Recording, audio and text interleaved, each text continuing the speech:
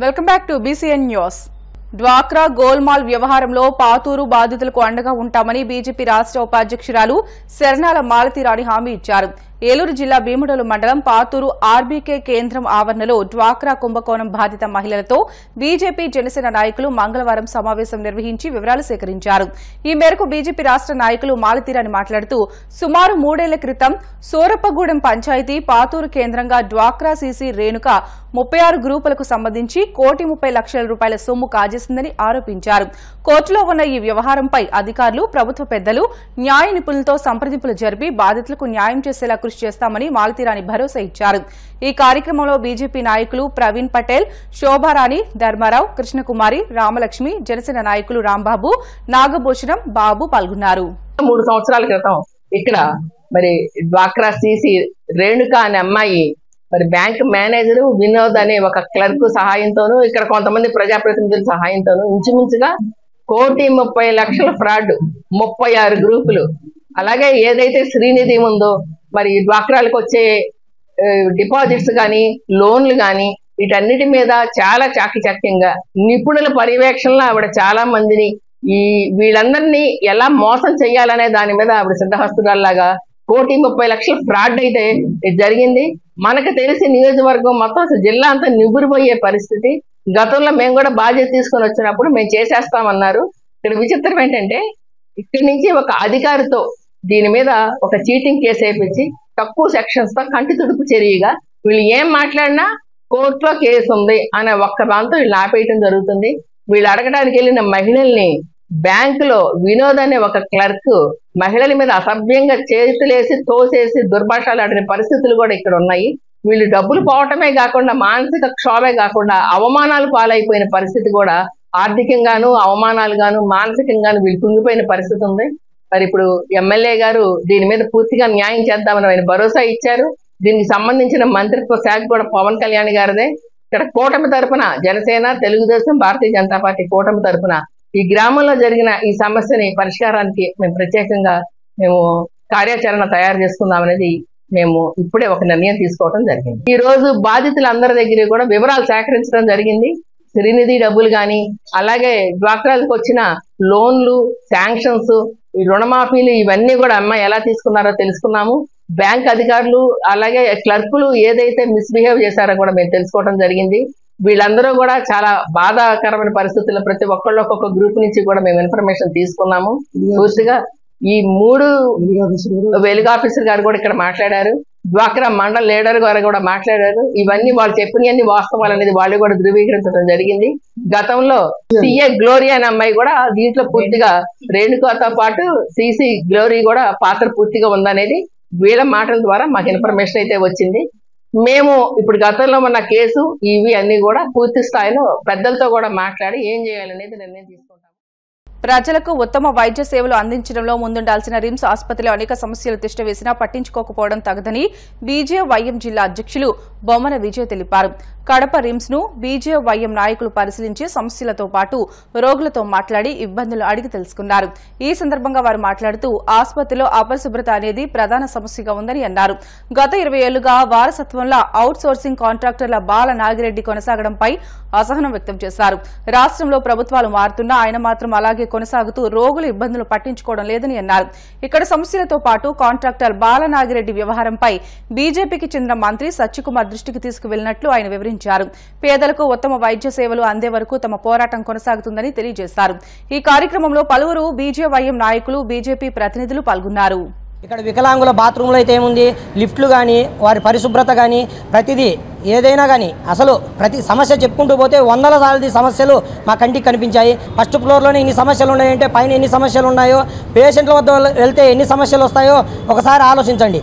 ఇక్కడ అపరిశుభ్రత ఉందంటే దాని అంతటికి కారణం రిమ్స్ అవుట్సోర్సింగ్ కాంట్రాక్టర్ బాలనాగిరెడ్డి గారు. బాలనాగిరెడ్డి గారిని వెంటనే సస్పెండ్ చేయాల్సిందిగా, కాంట్రాక్ట్ను రద్దు చేయాల్సిందిగా భారతీయ జనతా యువ మోర్చా తరఫున డిమాండ్ చేస్తున్నా. గత 20 సంవత్సరాలుగా వారసత్వ హక్కులాగా ఇక్కడ నుంచి RM నుంచి అటెండర్ వరకు, సూపరింటెండెంట్ నుంచి స్వీపర్ వరకు, గేటు దగ్గర కానీ, అంబులెన్సులు కానీ, క్యాంటీన్ కానీ ఏదైనా సరే ఇది గవర్నమెంట్ చెప్తే జరిగేలా లేదు. ఓన్లీ బాలనాగిరెడ్డి గారు చెప్తేనే జరిగేలా ఉంది. ఇది వారి సొంత వారసత్వంగా ఏదో మన పూర్వీకులు గుడి కట్టిస్తే ఆ గుడిలో మాకు పూర్తి హక్కులు ఉంటాయంటారు కదా, అదేవిధంగా హాస్పిటల్ కూడా వారికి హక్కులా ఉన్నట్టుంది. గత 20 సంవత్సరాలుగా అనేక ప్రభుత్వాలు మారాయి. ప్రభుత్వాలు మారినప్పటికీ ఇక్కడ ఒకే ఒక్క వ్యవస్థ జరుగుతుంది, ఒకే కాంట్రాక్ట్ జరుగుతుందంటే దాన్ని ఒక్కసారి మీరు పరిశీలించాలి. ఇక్కడ జరుగుతున్న అవినీతి పైన కానీ, ఇక్కడ జరుగుతున్న అసౌకర్యాల పైన కానీ, ఇక్కడ కాంట్రాక్ట్ చేస్తున్నటువంటి బాలనాగిరెడ్డి గారి పైన ఈరోజు మా జిల్లా అధ్యక్షుడు శశిభూషణ్ రెడ్డి గారికి తెలియజేసి వెంటనే రాష్ట్ర ఆరోగ్య శాఖ మినిస్టర్ అయినటువంటి, రాష్ట్ర బీజేపీ ఎమ్మెల్యే అయినటువంటి రాష్ట్ర మంత్రి సత్యకుమార్ గారిని కలవడానికి అపాయింట్మెంట్ అడుగుతాం.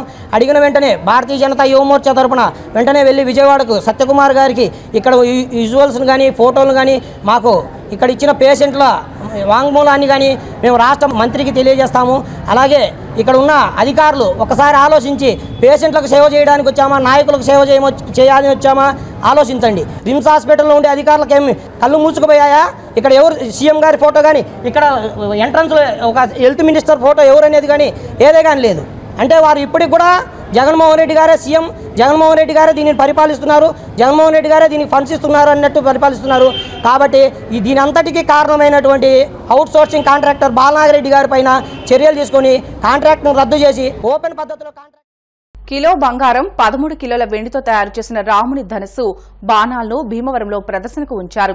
అయోధ్యలోని రామమందిరం నిర్మాణంలో ఉన్న కోదండ రామాలయంలో స్వామికి అలంకరించే నిమిత్తం తయారు చేయించిన ధనుస్సు బాణాలను భీమవరం పట్టణంలోని లెక్చరర్స్ వీధిలో ఉన్న పురిగళ్ల వెంకటరమణమూర్తి నివాసం వద్ద ప్రదర్శించారు. వీటికి అయోధ్య భాగ్యనగర్ సీతారామ సేవా ఫౌండేషన్ నిర్వాహకులు, హైదరాబాద్ కు చెందిన చల్లా శ్రీనివాస శాస్త్రి ప్రత్యేక పూజలు చేసి భక్తుల దర్శనార్థం ఉయ్యాల్లో ఉంచారు. ఈ సందర్భంగా ఆయన మాట్లాడుతూ భక్తులు సమకూర్చిన 13 కిలోల వెండి, కిలో బంగారంతో వీటిని తయారు చేయించామని, ఆలయ నిర్మాణం పూర్తయ్యే వరకు దేశంలోని పలు ప్రాంతాల్లో వీటిని ప్రదర్శిస్తామని అన్నారు.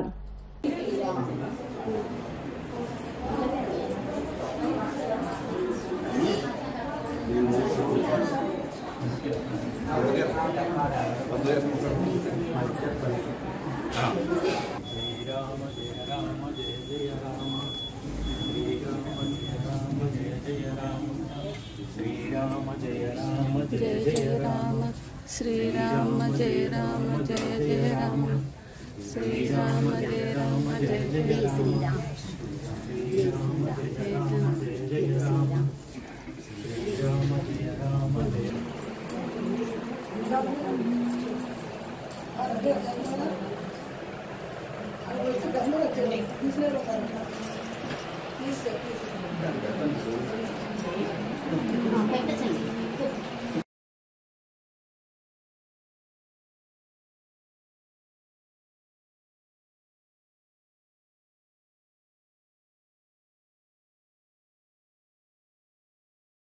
తెలంగాణ రాష్ట్రం భద్రాద్రి కొత్తగూడెం జిల్లా పాల్వంచ KTPS విద్యుత్ ఉత్పత్తి కేంద్రంలోని పాత కూలింగ్ టవర్లను అధికారులు కూల్చివేశారు.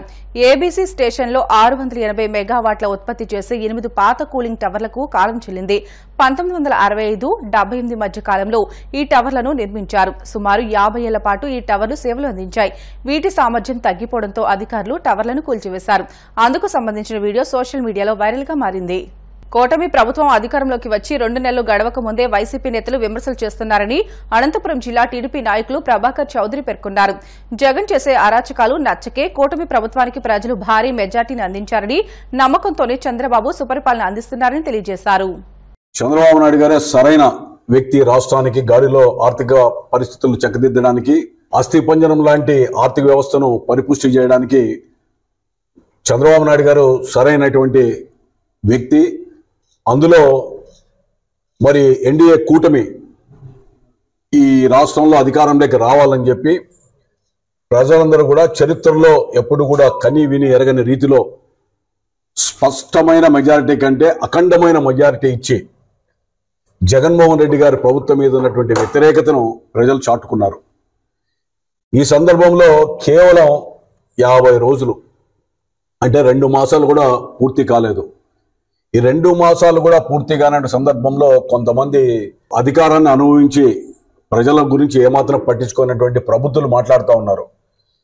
హామీలు ఏమయ్యాయి, మరి ఇచ్చినటువంటి హామీలను నెరవేరుస్తారో లేదా అనేటువంటి అనుమానాలతోనూ అదేవిధంగా అపోహలతోనూ మాట్లాడే పరిస్థితి ఉంటే దయ్యాలు వేదాలు వల్లించినట్లు ఉంది. 5 సంవత్సరాల్లో అభివృద్ధి అనేటువంటిది పక్కన పెట్టేసి కేవలం బటన్ నొక్కుతాననేటువంటి ఒక దుస్సాంప్రదాయానికి ఒడిగట్టి ముఖ్యమంత్రి అనేటువంటి వ్యక్తి ప్రజలకు జవాబుదారుగా ఉండకుండా, ప్రజలకు కనబడకుండా, ఏదైనా విపత్తు జరిగినా, అరిష్టాలు జరిగినా, అన్యాయాలు జరిగినా, ఆక్రమణలు జరిగినా ముఖ్యమంత్రి సమాధానం ఇవ్వకుండా ఆయన ప్రత్యేక సలహాదారుడు మన రామకృష్ణారెడ్డి గారితోనో ఎవరితోనో ఒక ప్రెస్ మీట్ పెట్టి మరి చేతులు దులుపుకునేటువంటి పరిస్థితి వచ్చింది. కానీ ఈరోజు ముఖ్యమంత్రి ప్రజల చేత ఎన్నుకోబడినటువంటి ప్రజాస్వామ్యబద్ధంగా ఉన్నటువంటి ప్రజాప్రభుత్వ అధినేతగా చంద్రబాబు నాయుడు గారు ఎక్కడైనా ఏదైనా సమస్య వస్తే తాను స్పందిస్తూ ఉన్నాడు. స్పందించి ఇచ్చిన హామీల్ని ఒక్కొక్కటిగా శ్వేతపత్రం, ఆయా శాఖల్లో శ్వేతపత్రాన్ని వివరిస్తూ తాను ఏం చేయదలుచుకున్నాడు, మరి చేయడానికి ప్రజల సహకారం కావాలని చెప్పి చెప్తా ఉంటే కొంతమంది మీడియాల ద్వారా అంటే హామీలన్నీ గాలికి వదిలేస్తారా అనేటువంటి రకాలుగా అపోహలు సృష్టించడానికి కపట రాజనీతిని ప్రదర్శిస్తా ఉన్నారు. వాళ్ళందరూ కూడా ఆత్మవిమర్శనం చేసుకోవాలా. 50 రోజులు కాకనే ఇచ్చిన హామీల్లో 4,000 రూపాయల పెన్షన్ని పెంచలేదా? అదేవిధంగా మెగా డిఎస్సిని మరి నిర్ణయించలేదా? అదేవిధంగా ఇసుక ఉచిత విధానం ప్రవేశపెట్టలేదా? తర్వాత ఆయన అన్నా క్యాంటీన్లు ఆగస్టు 15 నుంచి నిర్మాణంలోకి రావడం లేదా? అమరావతి పునర్నిర్మాణం జరగడం లేదా? ఈ విధంగా ఇచ్చినటువంటి గంజాయిని ఉక్కుపాతంతో రాష్ట్రంలో అణగదొక్కడానికి, యువత పెడదోవ పట్టడానికి ఎక్కడ చూసినా యథేచ్ఛగా రాజకీయ నాయకుల కవర్ణ హస్తాల్లో చీకటి వ్యాపారంగా మార్చినటువంటి గంజాయి వ్యాపారం ఎక్కడైతే ఉందో ప్రతి చోట ఈ గంజాయి వ్యాపారం అనేది రాష్ట్రంలో విస్తరించింది. విశాఖపట్నంలో నౌక దొరికిన, చెన్నైలో ఏదైనా పట్టుబడినా అన్నిటికీ మూలం ఆంధ్రప్రదేశ్ అనేటువంటి దౌర్భాగ్య స్థితిలో ఆ రోజు రాష్ట్రం ఉంది. కానీ చంద్రబాబు నాయుడు గారు యువత భవిత కోసం లేదు, ఈ రాష్ట్రంలో అసాంఘిక కార్యక్రమాలు జరగకూడదని చెప్పి ఉక్కు పాదంతో గంజాయిలో ఎవరి ప్రమేయం ఉన్నా, ఎంతటి అధికారులున్నా, రాజకీయ నాయకులున్నా కూడా వీటిని ఉక్కు పాదంతో తొక్కండి అని ఆయన నిష్పక్షపాతంగా నిష్కర్షగా అధికారులకు ఆదేశిస్తే స్పెషల్ టాస్క్ ఫోర్స్ ని ఏర్పాటు చేసి రాష్ట్రంలో ఈ గంజాయి మీద ప్రత్యేకమైనటువంటి బృందాలు ఏర్పాటు చేసి జరిగేటువంటి వాస్తవం కాదా?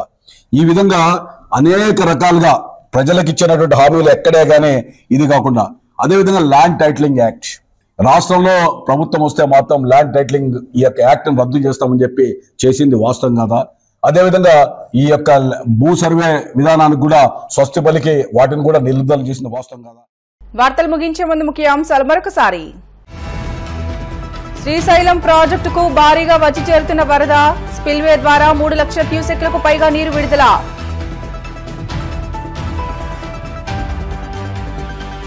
జగన్ పై మంత్రి కొల్లు రవీంద్ర విమర్శల దాడి, సీఎం స్థాయి భద్రత కావాలని కోరుకోవడం సరికాదంటూ హితవు.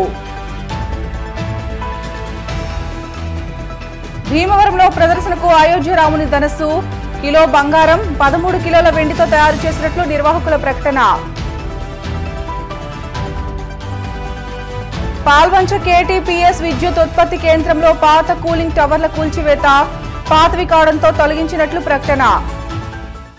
ఇవి ఇప్పటివరకున్న బులెటిన్లోని అప్డేట్స్. మరిన్ని వార్తల కోసం BCN digital YouTube channel, Facebook పేజీని ఫాలో అవ్వండి. అప్డేట్ వార్తల కోసం ప్లీజ్ డూ సబ్స్క్రైబ్.